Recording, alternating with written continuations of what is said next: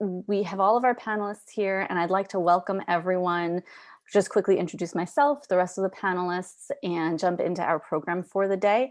We currently have about 29 attendees, so I'm hoping that will go up. We had, I think, over 100 people register. We are limited to 100 participants, but again, this webinar recording will be made available, publicly available, after it ends today, so anyone that you may know who was interested or didn't know about it in time and would have loved to have been here, you can absolutely share that with them. And it will be at the National Sea Grant Law Center website, which we will share with you in the chat.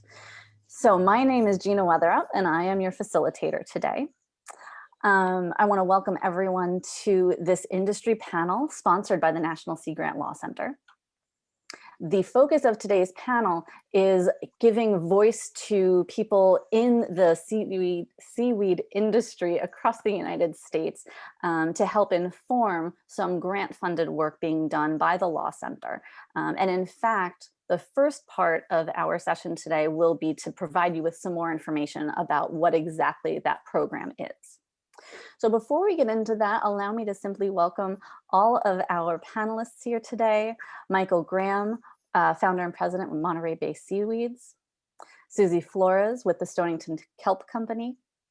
Sebastian Bell with the Maine Aquaculture Association. Marco Scheer with Seagrove Kelp. And of course, Stephanie Otts and Catherine Janessi with the National Sea Grant Law Center. Welcome to panelists, welcome to all of our attendees. I'm happy to see more people joining us. I want to let you know that in a moment we will go into that overview of the grant-funded work that this particular webinar is a part of by the National Sea Grant Law Center. And following that, we will go directly into our panel. So every one of our panelists representing industry, so that's Michael, Susie, Sebastian, and Marcos, we'll have an opportunity to give an opening statement for a couple of minutes. Then we have 3 questions that were previously shared with them so they can share some responses. And then we will have some time reserved at the end for audience question and answer. So as a Zoom webinar, there is both a chat function and a Q&A function. So I want to ask that if you have any questions for our panelists, you please open up that Q&A box and go ahead and put your question in there. It will pop up to us as panelists, and we will reserve our time at the end to go through those questions. And of course, Zoom will record those questions for us, so we will get copies of those when the webinar ends, so that even if we don't have time to get through all of them, it can continue to inform the Sea Grant Law Center's work, and we hope to help get the right answers to the right people who are asking the questions afterward. So at this time, I'm just going to glance over at my chat and see if there are any questions that I've missed. Stephanie, thank you for sharing the web page where the information will be posted. That is in the chat box. So I invite everybody to open up both your chat and your Q&A, just in case a question pops into your mind that you'd like to ask us in the chat box, so that you can really stay up to date on all of the links that we will be sharing. And at this time, I need to take a moment to give the ability to share screen to my fellow panelists and let Stephanie and Catherine take it away to give us more information about their work. Thanks. Well, just while Gina does that, I just want to say good afternoon, good morning, everyone. Thank you for joining us today.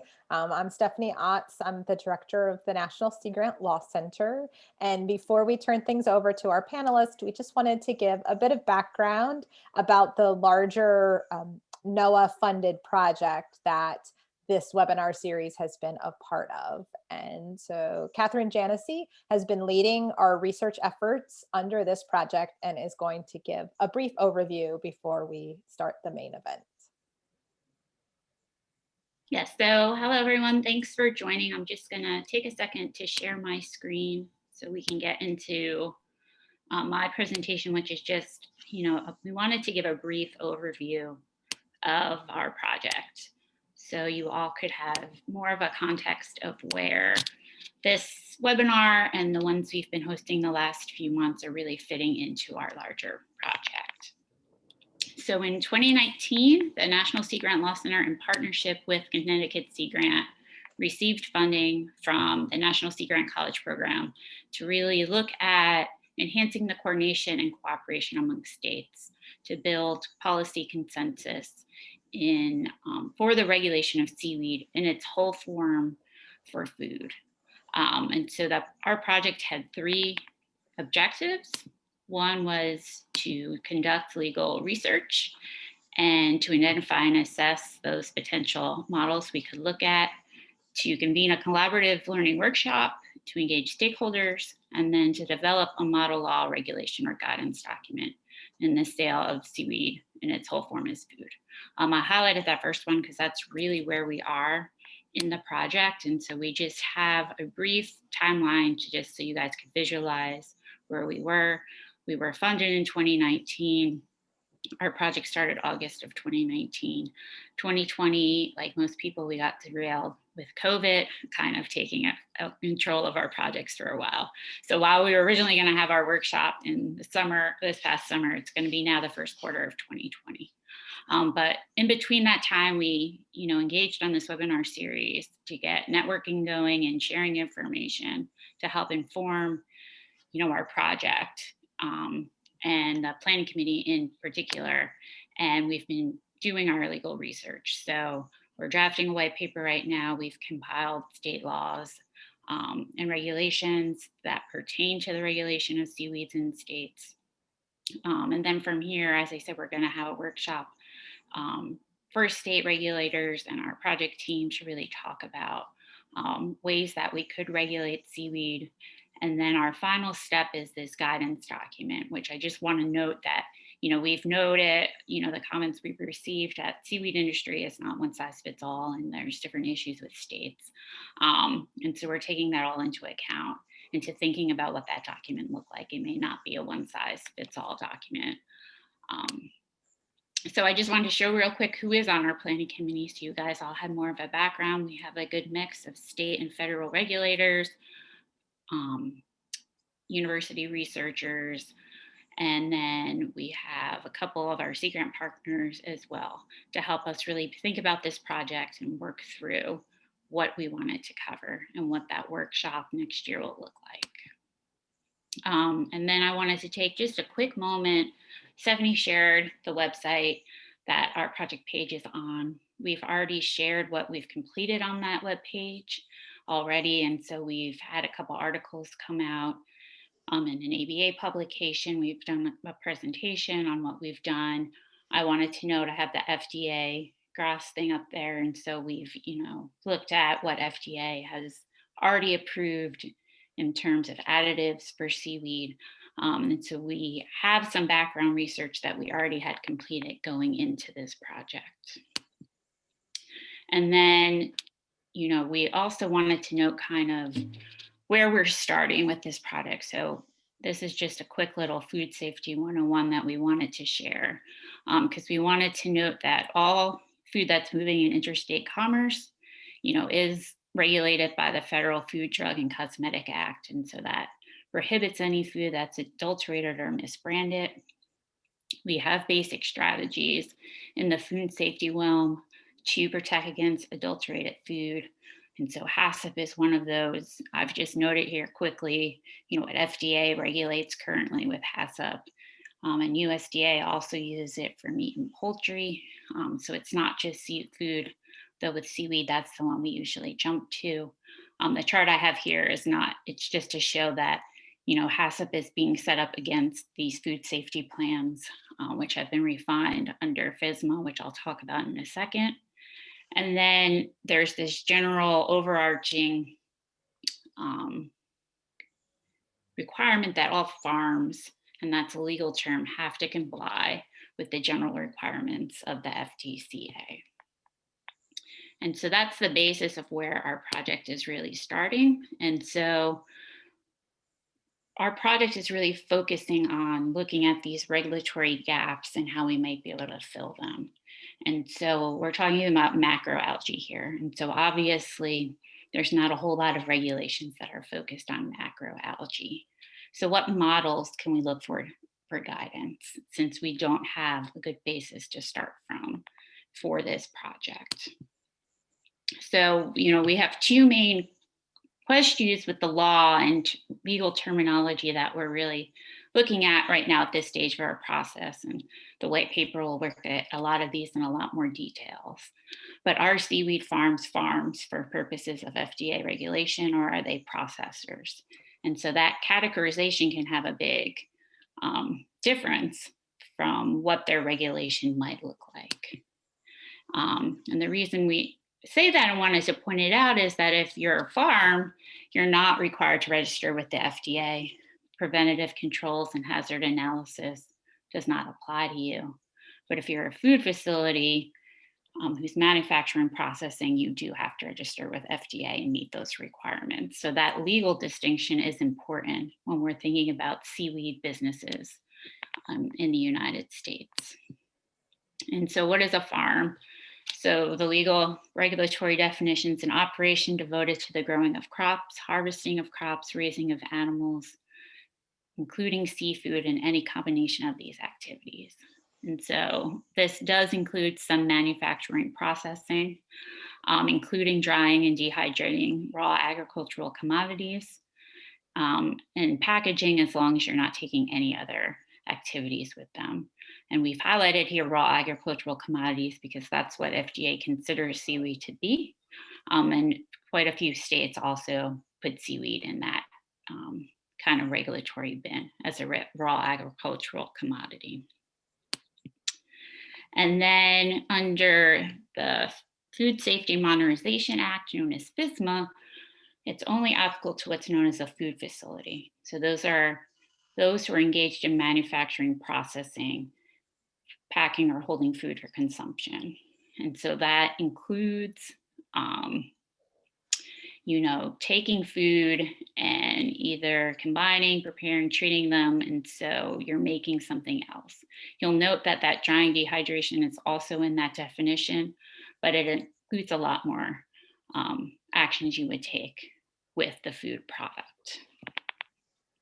So if you're under FSMA, you do have to require to follow those preventive controls and hazard analysis.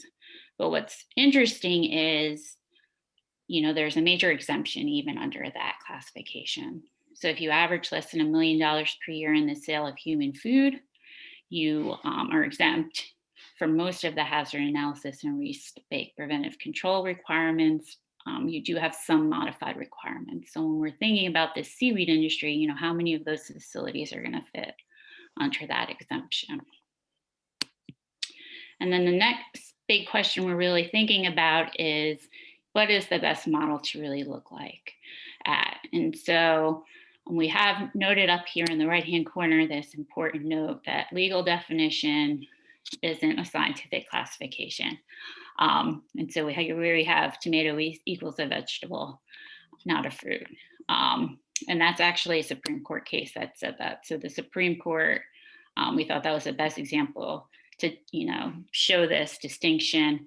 Said in the late 1800s for tariff purposes that the tariff law was using the common understanding of terms and not their scientific terms. And so the tomato can be considered a vegetable and not a fruit, even though it scientifically is a fruit. And so macroalgae obviously isn't seafood, it isn't a plant, it's not produce, but could this really be models that would be applicable to seaweed? And so that's what we're trying to look at for this project. And so just to wrap up, this is Seafood HACCP plan. Fish and fishery products is what the FDA rules apply to require seafood HACCP plan. Seaweed isn't listed there, so it's not seafood. So it doesn't necessarily fit in this model, but can the model kind of illustrate for us something that we could apply to the regulation of seaweed? And similar to that, the produce safety rule under FSMA, produce does not include algae in its definition. In fact, when they were putting out the rule for comment, they got quite a few comments asking about if algae fit within it. And so at that time, FDA said it does not include algae but they left open this possibility of maybe including it in the future to regulate it under this rule. And so that leaves us, with thinking about what's the best model, who's the best regulator. So these are the kind of questions from a regulatory perspective we're really trying to wrestle with this project. And I noted when I was going over the project just that, it's not necessarily going to be a one-size-fits-all document that comes out of it. And so we have out an industry survey. And so we're really hopeful that we'll get a good response to that, because what the industry tells us can really help inform what our analysis is under this project. So if you're in the industry, please fill it out. If you know others, send it to them. We'll share the link to the survey as well. So with that, I will wrap up because we want to give as much time to our panelists. If you have any questions, feel free to reach out to me at the Law Center. I'm happy to answer them. But I will now send it back to Gina so we can transition into the rest of our discussion for today. I'll stop my share.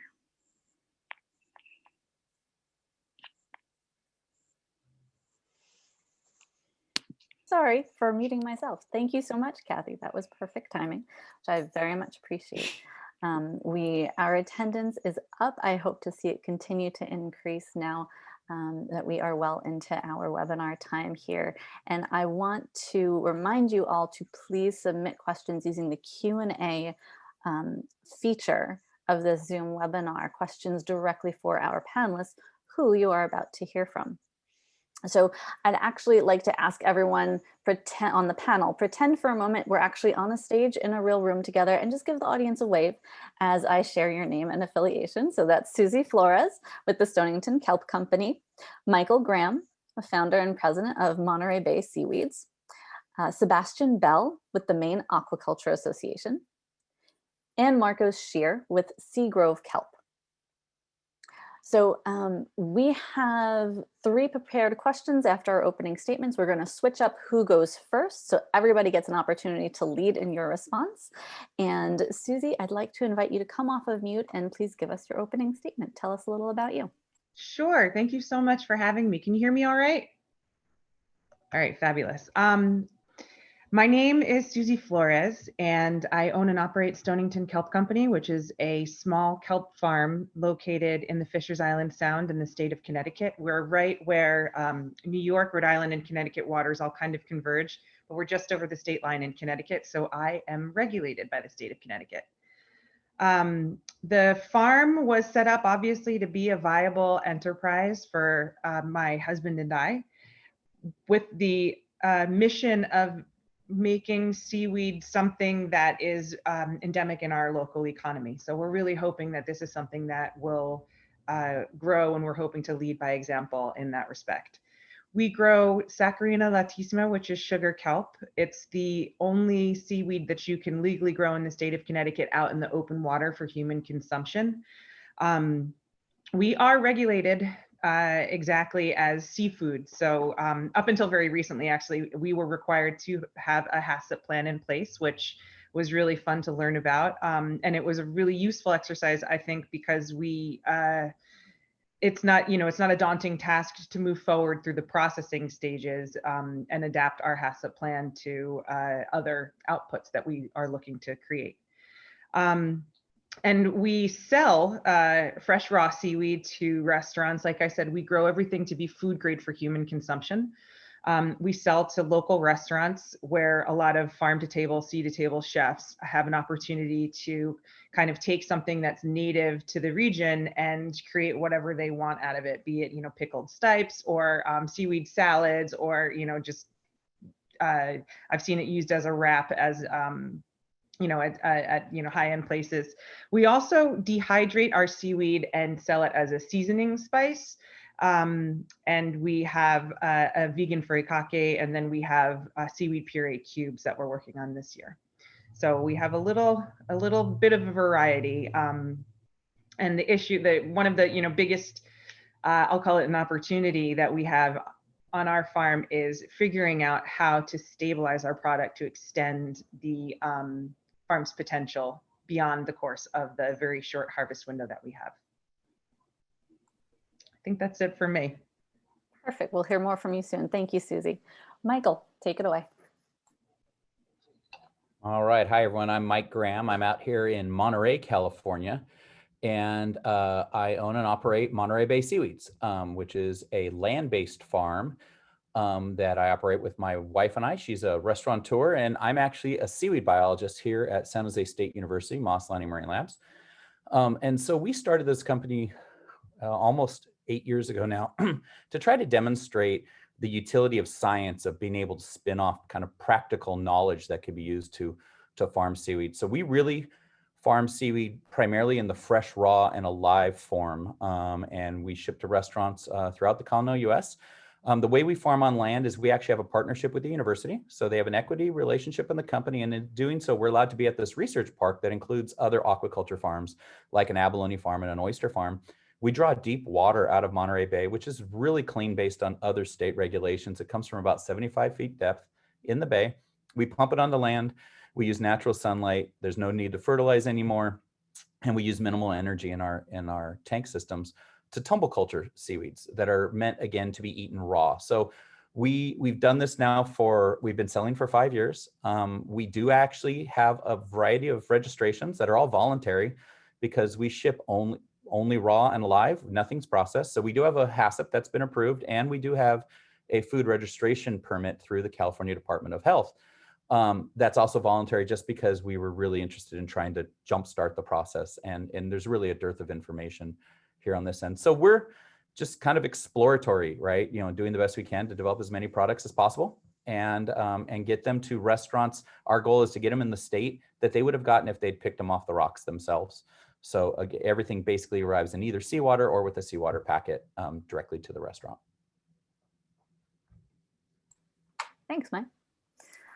Marcos, I'd like to turn to you next. Thank you all very much. That's very interesting. Good to see you again, Susie. I think I saw you in Providence right before the world came to an end, and the pandemic hit. I got home after that trip and didn't leave for 2.5 months. I wasn't even able to be on the farm during harvesting. It was interesting. So anyway, my name is Marco Scheer. I'm the CEO of Seagrove Kelp Company.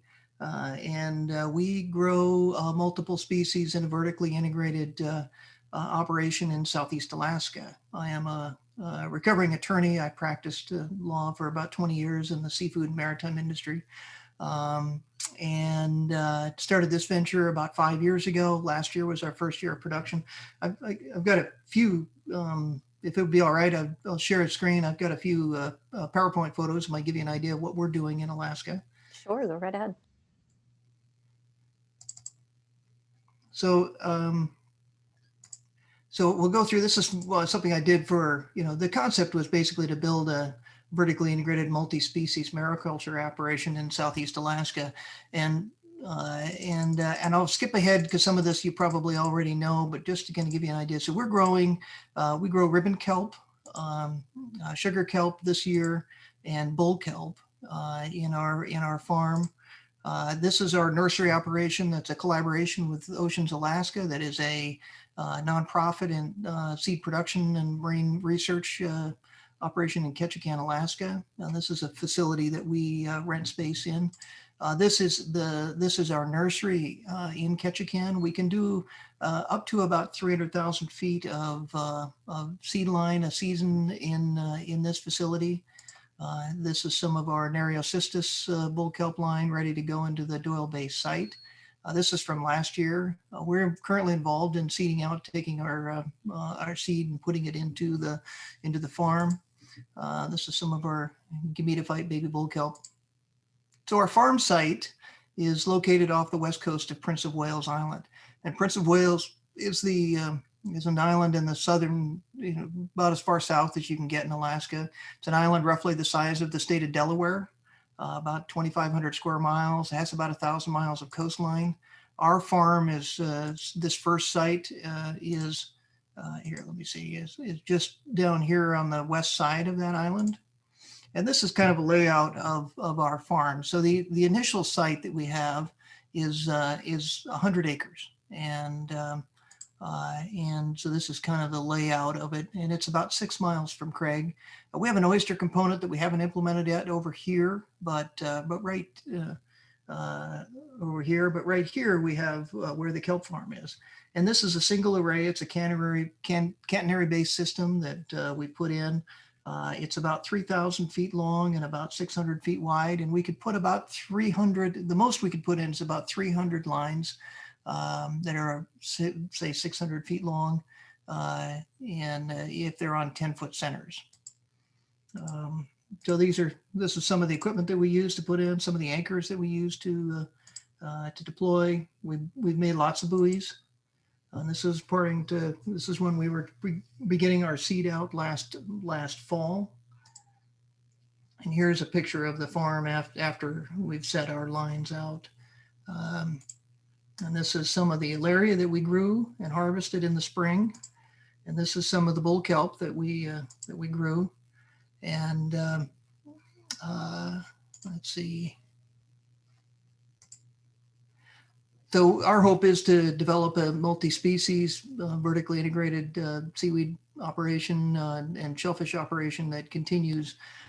Something that is of a more commercial scale, I think, because of the cost of operating in Alaska drive the economics.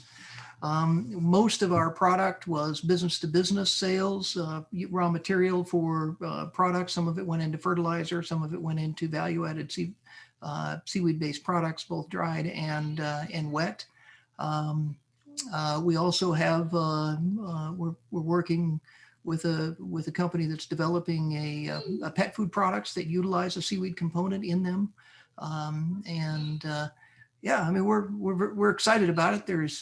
It's had its challenges. I can say there were days I longed for practicing law, but in the grand scheme, I think we're happy with what we've been able to do, and and as it relates to the food science side, we did one of the things that Alaska has is lots of seafood processing facilities that are underutilized. So Excuse me, Marcus. Yes, I'm so sorry to have to cut you off, but I do want to be able to give Sebastian his opportunity to make an opening statement before we get into our questions. Thank you very much for sharing the pictures and more about your company. Sebastian, I'd like to have you round us out. Tell us a little bit about the Maine Aquaculture Association. No worries, and very quickly, first of all, I am not a lawyer, and second of all, I represent a diversity of companies. So we have roughly 30 companies in Maine who are growing seaweed for many different reasons. We also have a group of companies that have been harvesting wild seaweed for many years. And that's really, I think, what brings us to the marketplace and to the policy network in a very unusual place. We represent both wild and harvest and farm harvesters. And the most amazing thing, I think, from our perspective is, a number of years ago, seaweed was kind of a funky kind of hippie kind of thing. And I mean no disrespect by that, but right now it has gotten mainstream, and our growers and our harvesters are supplying a market that is incredibly diverse. They are incredibly diverse as producers, and they have really begun to understand the relationship between the market and what they're trying to produce and their social values in a way that really is quite unusual in the seafood business. So we have everybody from a small owner-operator company that is, the proprietors of that company have never graduated from high school, to a PhD level person who has been thinking about sustainability and how we as humans interact with our ability to grow food for a long time and everything in between. The great thing about Maine is we're close to markets. We have an amazing diversity of species we can grow. And we've got a lot of foodie people, foodie entrepreneurs who are really interested in seafood and seaweed rather. So that connection is quite unusual. And on the East Coast, I mean, you talk about some of the most preeminent restaurants in the world who are kind of leading the charge in terms of product development, in terms of innovative restaurant development or recipe development. We have kind of a connection with those folks. They come to our farms. That's the most important piece. They come to our farms, they visit our farms, they establish personal connections with our growers and our wild harvesters. And that's very important for the chef community, for the culinary community. And so we kind of have an unusual opportunity to tell our story about why what we are doing is important, and also more importantly, why what we are doing is connected to what the next kind of influence, the next trend is from an environmental point of view, and where we want to go as a group of people who care about where their food comes from, and how it's grown, how it's produced, and what impact that has on the environment. And so we have, on the East Coast at least, particularly because we're so close to the consumer community, we're within a 24-hour drive of 130, 140 million consumers, we have an unusual opportunity to tell our story, not just for us in Maine, but for the sector as a whole, in terms of why seaweed is important, why aquaculture is important. And we are going to try and maximize our communication around that message. Thank you, Sebastian. So thank you to everyone for telling us a little bit about who you are and how your companies got started, what you all do.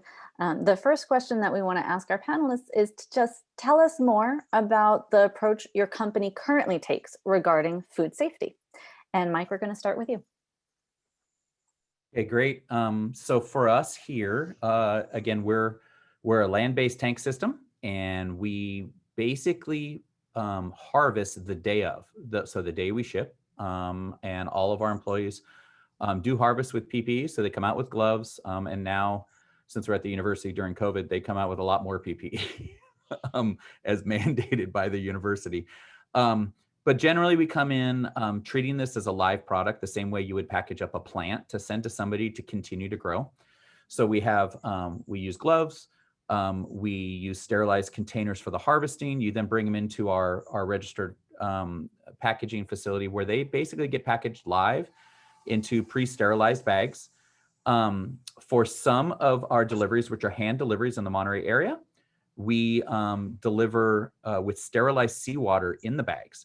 So they are actually delivered to the consumer directly, which is a restaurant, in a bag with sterilized water. And for those who are outside of our delivery area or outside of the UPS ground area, we also ship the bags without water, but we send them a salt packet. And so they are able to reconstitute the seaweed and continue to have it live in the restaurant as they receive it. So our goal is to keep the seaweed alive as long as possible, therefore decreasing the issues you would therefore have as the seaweed dies or starts to decompose in the restaurant. So that's kind of our philosophy and all that, and all of our protections are around that idea. So we always ship overnight. So we either ship UPS ground to get it to a restaurant within 24 hours, so it'll still be alive, or we ship UPS overnight. And we've done a little bit of an experiment where we've shipped it to our chef and had him ship it back to us. And we've put it back into our tanks to prove that we are able to keep it alive, to guarantee that overnight shipping does allow these seaweeds to stay alive. So again, that's kind of our philosophy. Keep the seaweed alive and handle it as little as possible, and get it to the consumer in that raw form. Excellent. Thank you, Mike. All right, Susie, let's have you do the same question. Tell us more about your current approach to food safety. Well, we are, as I mentioned before, regulated by the state of Connecticut. So we developed a HACCP plan for our seaweed. So we are harvesting in sterilized bins. We are using food grade gloves. We are making sure that all the surfaces that we're working with have been sterilized properly. So like that includes our boats. And I make an effort to do same day deliveries as well when we are sending directly to restaurants, because it cuts down on cost. I can use the refrigerator, the ocean as my refrigerator, but it also just allows us to make sure that we're delivering the freshest possible product with the least amount of introduction to any sort of pathogens or anything like that. We also are monitored by the Department of Agriculture and the Department of Aquaculture, and our seaweed is tested for Vibrio bacteria, heavy metal contamination, and such. Thank you, Susie. We are seeing a couple of questions come into our Q&A. Please keep them coming. Attendees, definitely type in any questions that you have right there. At the moment, I'm going to have Marcos give his response to this question to tell us more about his food safety protocols.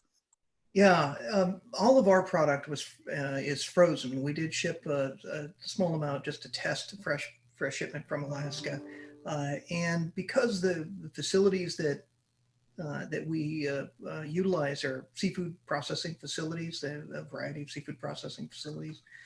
They are managed by the state of Alaska Department of Environmental Conservation. They are all required to meet certain cleanliness standards that. And for the most part, we do the same thing that we would do with any other seafood product. As far as cleanliness, as far as what the facilities do, the part of their post, the sterilization after a day of use and cleaning. We treat the seaweed differently. We transport the seaweed in water from the farm to the processing facility. So when it gets to the facility, it's in the same water that it grew in until we're ready to process it. Then we will take that and we'll go through a multi-stage potable water with salt added rinse system to before the product is packed for freezing. Seafood is what we all know. This is what I grew up in. So it's something that's very familiar to both the handlers of it on the farm all the way into and through the processing facility. Great, thank you, Marcos. And Sebastian, can you tell us more about some of the companies represented by your Aquaculture Association? Do they have a particular approach to food safety currently? Sure, and thank you for the question. So Maine is kind of unusual. We went from 0 seaweed farms, although we have had wild harvesters here for 30 years. But in the farming community, went from 0 seaweed farms to, I think last year we had 29 farms. So we've been on a pretty fast accelerating level from the farming point of view. But the most important message here is that both our wild harvesters and our farming companies have had to comply with the same state and federal regulations. And so, there are folks maybe who are concerned about safety, food safety from a seaweed point of view, but they need to understand that those companies have had to comply with both existing and new regulations that are very, very strict. And so, in the case of both farmed and wild seaweed, they have to comply with the same kind of regulations. They are overseen by FDA, by NOAA Fisheries. There's a bunch of different agencies that look at them make sure they're doing the right thing. And the real question is, what more would people want? So people have been consuming, for example, seaweed in the sushi market for 20 or 30 years. And that's been a market that's been out there. People have been complying with regulations out in that market. And I don't know about you, but I'm pretty comfortable with going to a sushi restaurant and eating sushi, and seaweed is part of that. So the real question is, do we need additional regulations? Is there something more that we're not doing? And if so, is it based on science? Is it based on things that people have identified clearly in the scientific community that they think need more scrutiny, more regulation? And from our perspective as growers, or as people who deal with the wild sector, and I want to be very clear, I don't represent the wild sector in Maine, but they're my colleagues. I've known them for a lot of years. I respect what they do. I do represent the farm folks. The question really is, do we want to impose more regulations that will protect the American consumer more than they are protected now? And if so, what is that based on? Where does that come from? What is the science that suggests that they need more protection? And from our perspective, we're looking at the existing regulations and saying they're pretty good. They're protective. If something goes wrong, then the federal agencies or the state agencies can go back to, they have trace back, they can figure it out, and they can make sure that that doesn't happen again. And so right now, from our perspective as growers and as harvesters, and again, I don't want to speak for the wild harvesters, but I'm gonna go out on a limb and speak for them.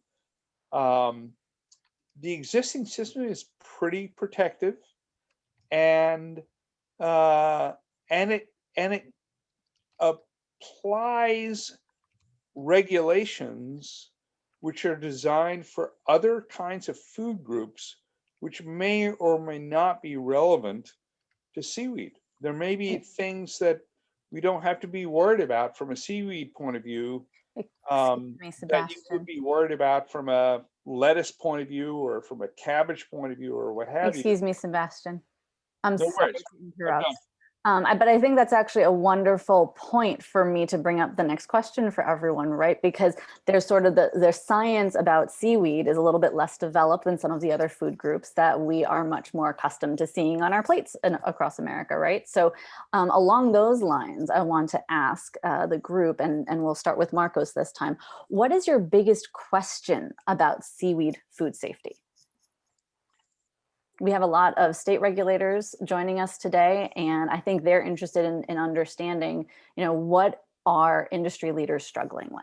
Well, I don't know that it's necessarily a question of struggling with this. I mean, I've been in the food business for 35 years, seafood business, both as a processor and operator. On the legal side, I've handled food contamination claims as an attorney.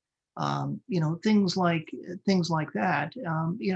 I think I agree. I think what Sebastian says. I think the regulatory structure is sufficient to meet the desired goal, which is to protect your consumer. As as a good friend of mine said, he was a food science lawyer. He said, the basic truth is you don't want to poison your customers. So, we are very motivated to produce the cleanest and best quality products we possibly can, and we do that. And we do that both in the seafood sector and now in the seaweed sector in Alaska. I will say that the one thing that is a challenge for us is, certain things like there are questions about inorganic arsenic content. What is, and there isn't really a guideline for that. I mean, the closest corollary we have is, say, rice-based baby food has 100 parts per billion recommended standard, but there isn't, nobody really knows what that number means, and whether or not it's, the levels are, where they are in relative scale. I note that I think a lot of the Asian seaweeds have much higher inorganic arsenic content than we do, and it's just not talked about. So I think having some standards, but I do think an area where there, it's not so much a legal area, but an area where we can develop more as an industry is consistent handling standards. So everybody knows that when you buy a kelp product, it's been handled in this way. I mean, that's, I don't think the food safety regulations are really the issue as much as it is there's varied practices, whether you across the board from various operations around the country. I think that is a more important and place to focus our efforts than additional food regulations. We just need to know which ones apply and why. I mean, we're already complying with food science regulation, food safety regulations. We want to because it's in our business interest to do that. And like the facilities we operate in are all HACCP plan. They're food facilities. They're inspected on a regular basis by the state. I mean, they're all part of the same thing because everything that goes through that facility is food. So that, to me, that is a greater need than new regulations. But understanding which ones apply is a challenge, I think, for a lot of people. Like Prop 65 in California, if you're selling it, what levels do you triggers the application of the Prop 65 labeling requirement? Okay. Not everybody knows the answer to that, and there isn't a resource that defines, all right, if you do this, then this regulation applies, because seaweed's a relatively nascent industry. Mm-hmm. Thank you, Marcos. Gina, can I just interrupt? And I apologize. I don't mean to dominate here, but I think what Marcos has said is really important, which is that, at the end of the day, the regulations are important, but it's really about the best management practices and what the industry embraces and rolls out for the consumers from a best management practice point of view. And I think that is really critical, because regulations are important. They establish a certain kind of bottom line, but consumers are smart. They're asking hard questions. They're interested in what we do as farmers or fishermen. And so they are starting to establish a bar which is much higher than regulations. And the best management practice piece is really what's going to define where the market is and where consumers are and where we have to be as producers to supply that market demand. And so for us as producers, best management practices is what it's all about. And regulations are important, but really best management practices are much more important. And that's where we're going to kind of lead the charge. And that is where we're going to establish connections with consumers who are demanding consumers, who are people who want more than just you're complying with the regulations.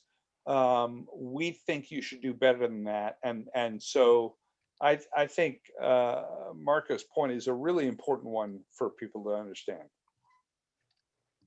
Thank you, Sebastian, for going ahead and giving us your answer to this particular question here. I do want to highlight what Stephanie commented in the chat, in case not everyone has that chat open.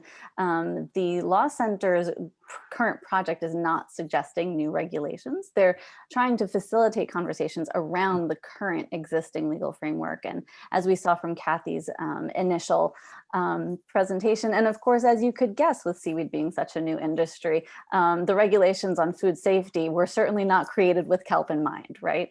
So I want to turn to Mike at this point. What is the biggest question that you have around seaweed food safety right now? I actually wanted to kind of highlight again what Marcos and Sebastian are saying. I think it's the inconsistency statewide in understanding what these standards should be, what best practices should be, yet selling to a national consumer. So when somebody comes to me and says, you're closer to Fukushima, should I worry about your seaweed and not worry about the ones in the Atlantic? I'm a scientist. I don't even know how to answer that question, right? And whether it's relevant or not. And so, you know, on the East Coast, there's a lot of foraging for red seaweeds and quite a bit of farming for kelps, which are a different type of seaweed. On this coast, I don't even grow any of the seaweeds that are basically grown on the East Coast. I grow completely different ones, and they're always in a fresh form. So when my consumer asks me, what are your levels? This is what I've heard for Connecticut. This is what I've heard for Alaska. It's really hard for me to answer that question to them to satisfy them as if they're getting a consistent answer. And so I think it's really important for us to clarify that message, whether that means, and again, I'm not talking about regulations. What I'm talking about is consistency in the way we approach our standards. Most people don't know this, but the testing that goes on with seaweeds that are coming out of larger farms in Asia are much lower than what's coming out of Connecticut and Maine. I mean, I just don't think people understand that. And so the US quality at the lowest level is really high on global standards. And I think this is just because of the grassroots effort of these farms, the farms on the East Coast and in Alaska. It's grassroots. They're doing it because the last thing they want to do is produce a lower quality product, right? And so I think what that does is it creates inconsistencies in the consumer's mind that different things are going on. And I think it's because we lack a standardized set of information. And there's seaweed biologists, one of them is attending today on this panel, is an attendee on the East Coast, you know, especially out of Connecticut, where they are really trying to tackle that by making apples and oranges all apples. Whether it becomes to mercury or it becomes to other heavy metals, or if it becomes simply to iodine. Some of our seaweeds concentrate iodine far more than others. And therefore, does that particular species become an issue? So I really think that's the struggle for me. And I'm saying this because I don't process. I'm saying this because people ask these questions when they want to buy, right? And I have no answer to them. And I'm a seaweed biologist. I think that's an extremely frustrating. I should have that answer, and I can't. So I think that's really where a lot of attention can go. And I think there's a lot of illegal contributions that can really be made here in trying to coordinate state regulations, state understanding with national understanding. I think that would be a really, really useful thing for all of us around the coast of the U.S. trying to develop some kind of an industry. Yeah, and I think the maze of state versus federal regulations is certainly not something unique to seaweed, although with the science on seaweed being newer and still in development, it might be somewhat unique. I saw, Marcos, that you want to say something. Susie has not had a chance to give us her point of view just yet on your biggest question on food safety, so I want to turn to Susie first. I am gonna, I guess, make a hat trick out of it, or it already has been made a hat trick, but I couldn't agree more with the fact that the inconsistency is probably the biggest challenge. And I think that there's just, I always have a lot of questions, and I reach out to my the regulatory bodies in the state of Connecticut. I text them constantly, asking them questions about processing, really, you know, what's the safest way to dehydrate? What's the best practice for, you know, packaging, shipping, et cetera? Like, what sort of materials work best? How it's you know, there's still a lot of unknowns. And I think that, you know, Marco said it very well. We're not trying to hurt anybody. We're trying to do our very best to keep everybody safe. I eat this with my family, so you know, I'm using those same standards. So just having a consistent message will help on all fronts, including, you know, on the sales side, marketing, et cetera. Thank you. Marcos, what did you want to add? I just want to, you know, I think the two points that I want to make. One is that, you know, one of the challenges that we have is we haven't had, at least in Alaska, I can only speak for what we're doing up there, is we don't have broad-based testing for nutrients or metal components or things like that. We have very little data to draw from. You know, we have what we did, but that's only a data point. When there's a tremendous seasonal and species variation for a variety of components at any given time, you may get a different result. And we've noticed, even like we tested our bull kelp fronds and bull kelp stipe and had very different results just on the same same organism. So, so we need more data to be able to, a lot of the USDA nutritional numbers are averages taken over a course of time for a particular product and they're functionally within this variable range. We don't have that data. I think that's a really important thing that could be developed to be able to utilize, for all of us to utilize, so we're all singing from the same sheet of music. Number one. Number two, I think that understanding what the standards and limits are and what that means under the various legal requirements would be really helpful. What is the limit? Is it? I think what Mike said about about our products versus Asian products. I think if you look on a lot of heavy metal contents, I think you'll find that what we're producing is significantly lower than some of those that are produced in China. And places like that. But of course, nobody's done the analysis to be able to say, do that comparative list that says, this product says this, and US product from Alaska and US product from California and US product from Maine and Connecticut say this. Nobody really has a resource where they can go and find that information because it doesn't exist yet, but it should. And it's something that I think is important. And then understanding, having a data point is only relevant if you know what it means relative in a relative space. So if you have a data point that says your iodine level is this, or your inorganic arsenic level is this, okay, great. Well, to the consumer, what the hell does that mean? And if you say, our inorganic arsenic component is 20% of what's allowed in a rice-based baby food, well, that means something to somebody. Then they have some relative scale to be able to say, all right, well, that's a good product, rather than just stopping at arsenic and saying, well, that's bad, not realizing that, so many of the foods that we eat have that naturally in them and what that means. And so, so people don't necessarily, they have an opportunity to understand what these numbers mean. I think those types of analyses would help all of us as an industry to have that information available to us. Thank you. Yeah. And I saw Mike and Susie kind of nodding along at different points there, definitely. Well, the last question that we had prepared for our panelists, and I know that our audience has been putting some questions into our Q&A panel, and some of our panelists have been able to answer those as we've gone along. So please keep your questions coming. But the final question that we wanted to offer to you all is, how can state-level regulators help your business to thrive by ensuring that seaweed products are safe for food consumption? Is there anything more that you would specifically ask state-level regulators to try to do? Oh, go ahead, Susie. You go right ahead. I was just going to say, for me, it's truly around a deeper understanding of processing and then coordinating with the other regulatory bodies in neighboring states. New England, we're so close together. So having a variation for me, I'm right on, like I said, I farm where Rhode Island, New York, and Connecticut all kind of converge. So having any variation for me between those other states that are all, able to produce the exact same species of seaweed that I'm growing can set me up at a disadvantage, or likewise disadvantage one of my neighbors, which, we're just trying to have a fair shake at it. So having that consistency, and then whatever, the more we know kind of about processing, I think the better off we will be. Thank you. Sebastian. Well, this will not be a surprise to anybody. First of all, I agree with what Marco said in his prior comments, with the exception that I think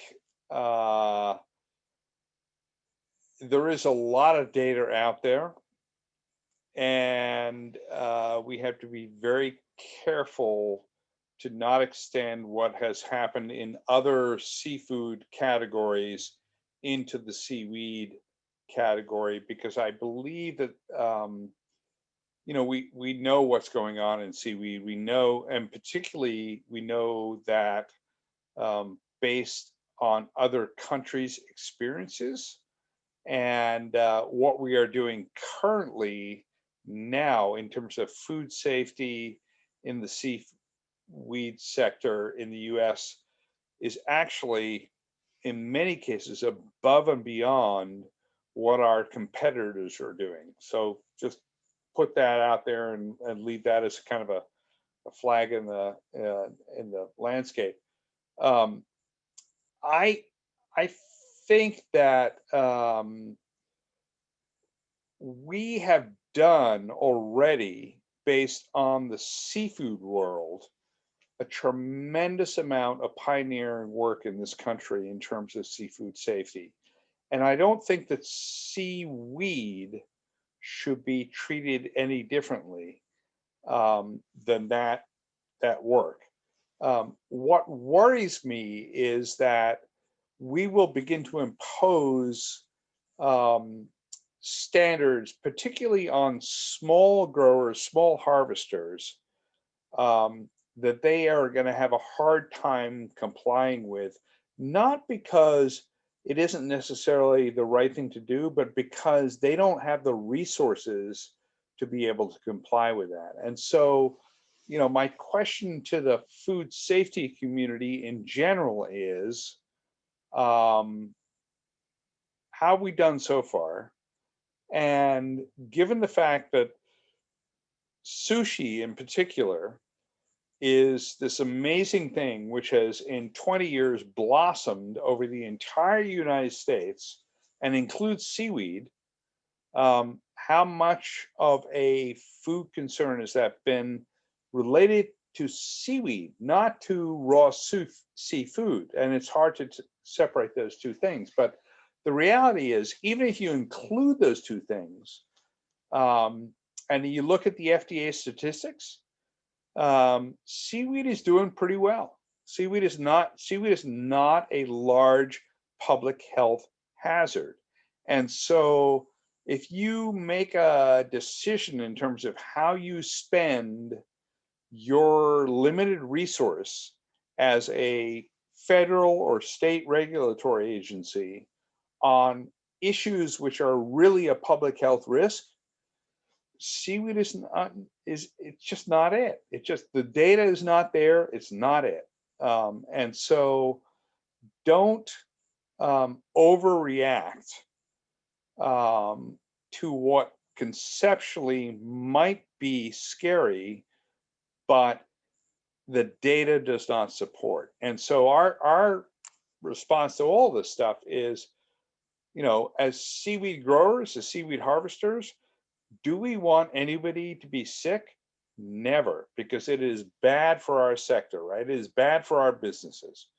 But do we want the response to that concern to be based on science and data? Absolutely. And show us the data, show us the science, and then let's figure out a way to determine solutions based on that, as opposed to the hyper scary stuff, which is we're going to kill people, we're going to poison people, whatever. I mean, compared to other meat proteins in the marketplace, it's just not there. So let's look at the data, let's look at the science, and let's base our responses on the science. And we as growers, or we as harvesters, totally get that. We will focus on that. We will try and adjust our operational practices to that, and we are open to advice from the scientific community for that. But don't impose on us restrictions or mandates which are based on emotion as opposed to science. Strong statement. Thank you, Sebastian. Mike, let me turn to you. How can state regulators help your business thrive? Well, I think I'm going to try and briefly do this with 2 points. I'm going to make a prediction, and then I'm going to tell about a case study. So my prediction is Sebastian's about to get what he wanted. Seaweed aquaculture statewide and nationwide is blowing up. We've got, and in a positive way, in California is probably ground zero right now with everyone's understanding of NOAA's aquaculture opportunity area for Southern California. That has coalesced a group of state interests to really look at seaweed at a lower trophic level. If seaweed can crack the California nut, nationally, there is going to be tremendous interest in seaweed aquaculture. And in doing so, USDA, for example, all the listening meetings that are going on this week with USDA, they're now getting there. So soon the science will come along and start to provide the data. So right now, I agree with Sebastian, there is a dearth of scientific data on this. And with no scientific data, it's really hard to make any reasonable statements. I think that's going to change. So there's the prediction. The reason why it hurts me is I'm just going to give you a case study. Prior to COVID, we were 9 months into a due diligence process to provide a large amount of seaweed to a cruise ship leaving out of Florida. They were one of my previous restaurant chefs who moved over and became the head chef for a cruise line, and they wanted fresh seaweed. They could not get an understanding with whoever was necessary to say the right things, that they could utilize raw seaweed on a cruise ship. So they had to blanket this under shellfish, which means we had to freeze our seaweed for 7 days prior to shipping. It had to be maintained at a frozen level all the way across the US in a freezer truck to arrive in a storage facility in Florida so that they could go on to these ships to be utilized, which is fine. And this is kind of what we've just heard for the East Coast is you get rolled into these really strict standards and you make do. But that was because of a lack of understanding of the difference between an oyster and a pound of fresh seaweed. And so what that did is that, COVID killed all that, right? So don't get me wrong here. This is not a regulatory issue. This is a COVID issue, but that's a really heavy burden for a farm. That wasn't a California regulation. And I don't know if it was necessarily a Florida regulation. It was the cruise ship had a higher standard that was based on not misinformation, but no information. So my case study is more of, as we get this data, I think we should treat live versus processed differently. And we are kind of doing that, but I think there's a lot less information on the live. We don't understand about potential contamination on live that happens during storage. So if it is, we were trying to get listed as a vegetable, right? In which case everything would have been completely different, right? You ship broccoli refrigerated, you don't have a concern through the process. There's certain concerns you do have and certain concerns you don't have with the broccoli moving forward. You definitely have different concerns over pork, right? And so USDA and other groups have figured this out. They are not there yet with seaweed. And my request based on that prediction is, while we do this, let's understand what apples are and what oranges are for seaweed and try to use this momentum now to put the data where it needs to be. And so offshore farming versus non-offshore farming, and uses, and there's a lot of information needs to go there. So I would really like to see state regulators. They're very excited. I think they want information. In California is my only experience, and my California Department of Public Health are reaching out to try to get information to do the best they can. I would love to see across the board state regulators start to collaborate and understand, what it is we're talking about in terms of products, what needs to be done at a minimum, and try to help, because when you ship across state lines, you're dealing with multiple groups. And so having that discussion and having it now as the seaweed industry is about to I think take off is a really good time to do it. So Gina, Michael has made a really important point, state versus federal regulations. And I think that's a key point for this discussion, which is, what is most effective, and also how do you equalize what a business has to comply with at the state level versus what they have to comply with the federal level and interstate commerce. And the reality is, for any seaweed company which is gaining any set of scale, they're going to have to comply with federal regulations. So I think Michael's point is really important, because that's what we're going to have to comply with. That's what we want to comply with in order to be able to trade interstate and even internationally. And those are the regulations which probably make the most impact on the businesses as they try to grow. Thank you for that point. That is absolutely a key issue of how do we have the state and the federal interplay of regulations happen to affect the average seaweed business. And I think part of what I also heard Mike say was also then there was this company level standard, which they probably came to an understanding of based on the interplay of state and federal, based on other foods that are different from seaweed. Marcos, let's hear from you. How can state regulators help your business to thrive? The primary thing is they don't know anything about it. And I think, part of our process is in Alaska is educating them about seaweed so they know, so they understand it.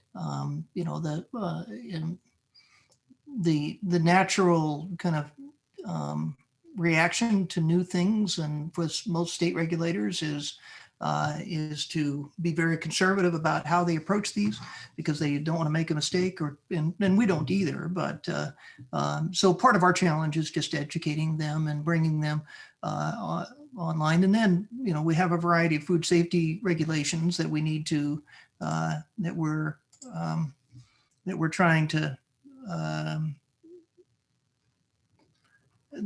to understand how they fit within the construct of what we're doing, and both federal and state. And most of our markets for our products are not in Alaska. So we also have to understand what's the market in California and Washington and Oregon, because I look at it like there's 100 million people on the West Coast that are potential buyers for seaweed related products, and I think there's a great appeal and a familiarity with it. I think the Alaska brand has value. I think understanding that all of those things are positives, but there is no single resource that says, if you sell seaweed into this marketplace, what regulations apply and how do you satisfy those regulations? When you're selling small volumes, it's less of an issue than when you're selling what we all hope to be larger volumes into a variety of different marketplaces up and down around the U.S. and in Canada. I think that marketplace is, it's 400 million people there. That marketplace is significant. That opportunity is significant. But we, somebody's going to need to do that research to and then convey it in a way. And I think this is really important for what you guys are doing. Convey it in a way that you don't have to have a JD to read it.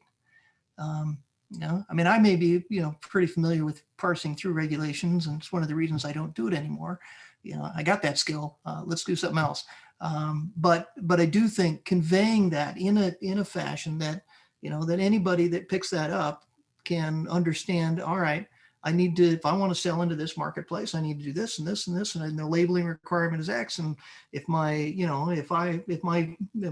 this component is to this level, say you're going into California, then you've got to have Prop 65 labeling. If not, then you don't.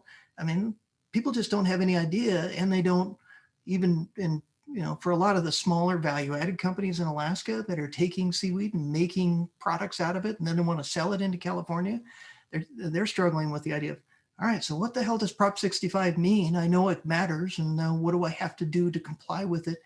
Or do I even have to comply with it? And those are questions that I'm asked. Those are questions that I have, and I think that's where the value of this kind of enterprise would really benefit us as participants in the industry. Absolutely. And Marcos, I want to ask if you started to talk about Prop 65 in California because you saw our question pop up in the Q&A panel. No. So this is the second time someone has asked a question about California's Prop 65. I'm sorry. I think I said that wrong a moment ago. And Charles is just asking, how are seaweed processors dealing with Prop 65 regulations in California? Let me just say one thing. It come up to me because, we're selling raw material to people that take our product and do something else with it. And and it came up repeatedly in those conversations. Well, what's in this? Because we want to know whether or not it triggers a Prop 65 labeling requirement. And so that's come up in a number of my conversations in the last several months. And I think, and I'm pretty sure that it's going to come up with others as well. My guess is Mike doesn't have to necessarily, because he's selling live product, he doesn't have to comply with that labeling requirement. But if somebody took his product and made something else, made a retail ready product that had to go on a shelf, they would have to understand what that meant and probably would have to do some testing to determine whether or not it applied to them. Go right ahead, Mike. I was going to absolutely Marcus is absolutely right. So, there's different aspects of the 65. We are shipping a live product, but also we only have 3 employees. So there's additional requirements that we haven't had to do yet because of where we are. Proactively, we are testing so that we are able, we have a group that does our FDA labels, right? And so we are proactively looking at getting ourselves ready, and at the point in which it makes business sense for us, we will probably be releasing our labeling before we are required to do so. But I think it's just an opportunity right now where we are just starting to figure out how we're going to comply. And I don't know very many groups in California yet that are really at that scale that 65 will start to impact them yet. But it's going to be an important point. And the last thing we want to do is be responsive and retroactive. We really, it's a big deal for a small farm like us to change labeling and such. And so, much more so. I'm in the middle of Salinas Valley, right? It's all ag here, and everyone is doing everything they can, but that's a totally different industry than we're talking about. And so being able to do so before and understanding from a group like this, do we need to do so? I know there was another question on the Q&A about compliance, right? And Whole Foods won't take bulk seaweed without certain levels of compliance, and being able to say to a consumer, they are not required to create 65 label, being able to help us understand, what we need to do and convey that consumers, I think is going to be an important part of that. Absolutely. Thank you.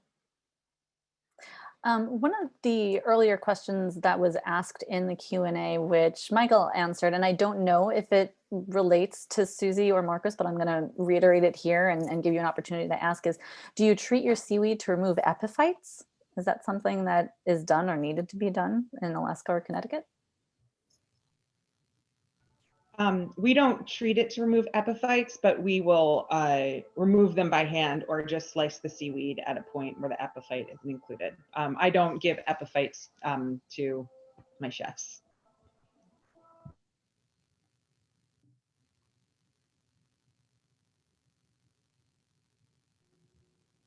And I did answer online on mine. We do exactly the same thing Susie does. Is we ship to a chef a product that should be able to be eaten basically out of the bag. Luckily for us, one of those epiphytes turned out to be culturable, and we turned it into a whole new product. So it was great. But we use labor to pull through that. The last thing we want to do is introduce any kind of chemicals into a situation that is already a good environmental story and a good consumer story. We don't want to make it any worse. It's really, this is a theme with all 4 of us here, is the last thing we want to do is tarnish the image of this industry at any level. And so I think all of us do what we can afford to do as best as possible. Luckily, I have a lot of children, and they're great at picking off epiphytes. So if I could just jump into and add to piggyback off of that, just as we think about regulation and what the farms and producers will be expected to do, and same thing with processing, just bearing in mind that good environmental story. And so for me, one of the big challenges is I can't dehydrate my seaweed in a greenhouse. It's for food consumption. And so learning more about how maybe we can get there where we're not creating where we're keeping seaweed as a positive rather than something that's neutral or negative, and having a small environmental impact is really important to me as a producer, and I think to a lot of the other seaweed farmers out there.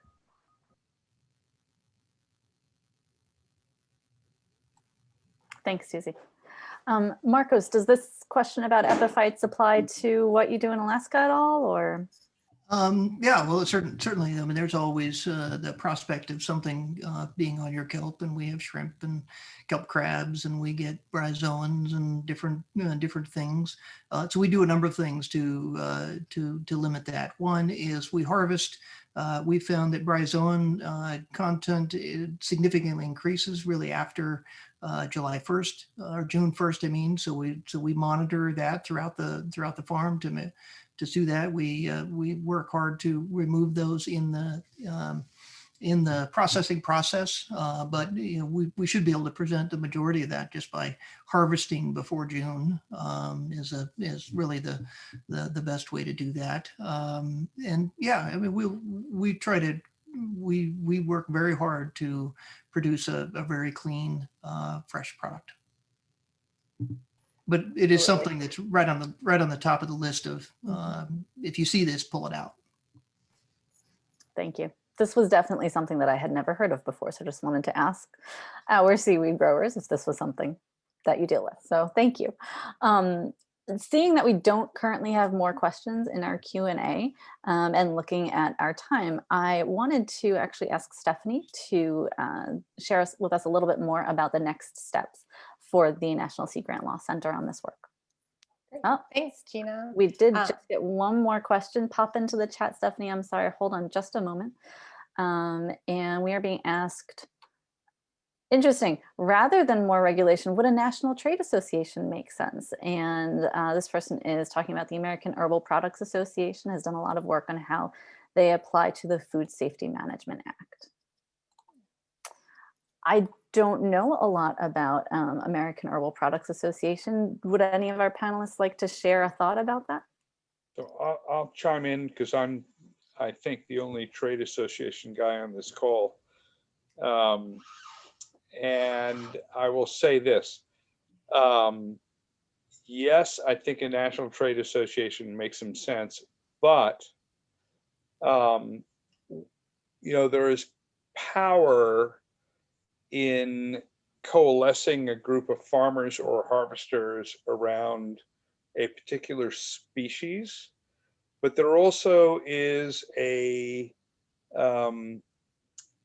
problem with having that coalescence be too defined and not broad enough. And I'll give you an example.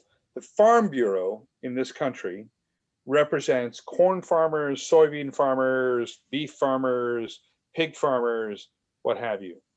They are the most powerful national association from a farming point of view compared to any other association, bar none.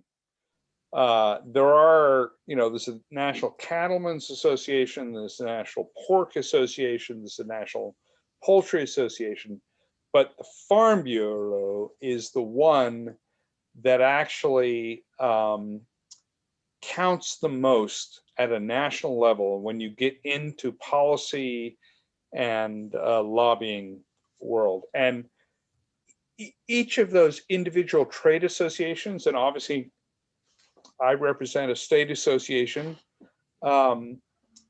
they believe that they can represent the interests of their particular growers or harvesters better than most. And there is some truth to that, but a national umbrella association which forms alliances with other national associations is much more powerful than an individual species or production method association. And so that is actually the model we have used here in Maine. Our association does not represent finfish, shellfish, or seaweed. We represent them all. When we have an issue in the legislature, I can put 200 people in a room in rubber boots, and they are oyster farmers, mussel farmers, salmon farmers, and seaweed farmers. And that is much, much more powerful than having just the seaweed farmers in the room or just the oyster farmers in the room or what have you. So I would. Thank you, Sebastian. So sorry to cut you off again. No worries. I actually am just keeping an eye on our time. I do want to honor everyone's commitment to be here until 3:30 Central Time today. And we do want to remind people that there are more opportunities to share your points of view from the industry. The Law Center is seeking more input. I'm going to actually ask Stephanie at this point to share some of the next steps. So thanks everyone for joining us today. Thanks our panelists for sharing all of your experiences and insights. So as we mentioned before, we do have an open survey. It's a short survey. It's just about 10, 12 questions that if you wish to share your experiences and thoughts about food safety related to seaweed, you can do so. I would just like to reiterate that our project that is funded by NOAA is centered around addressing the needs of state regulatory agencies when it comes to seaweed. So the next steps are facilitating the conversations among state agencies, their federal partners, and our Sea Grant collaborators with that. And all of the information that we gathered today and through the survey will inform the efforts of the workshop planning committee and the discussions at that workshop. So that I think are our immediate next steps with that. And Gina has put the survey link in the chat box again. So yeah, thanks everyone. And as we said, we are recording it. We did record it. And as soon as we can get the links posted on the National Sea Grant Law Center's project webpage, the recording will be available for anyone to view at a later date. Thank you, Stephanie. And I'm just going to share the website link again as well. So if you have not opened up your chat box, please do that in the last minute or two that we are together here today. You should have an option for a chat at the bottom of your Zoom screen. And you can open that up and you should see both the link to the survey and the link to the website. And that is the website where this recorded webinar will be posted. So thank you all so much for being here today. Of course, the National Sea Grant Law Center for bringing us all together. Michael, Susie, Marcos, and Sebastian, thank you so much for being our panelists here, and Kathy as well. I apologize for not being able to give everyone as much time as you would have liked to have had to talk as much as you'd like about seaweed. We were time limited, and thank you all for your energy and your understanding and your information to share here today. Thank you. Thanks, everybody. Thank you, Everyone have a everyone. wonderful rest of your day. Thanks so much. It was nice seeing you all. Bye.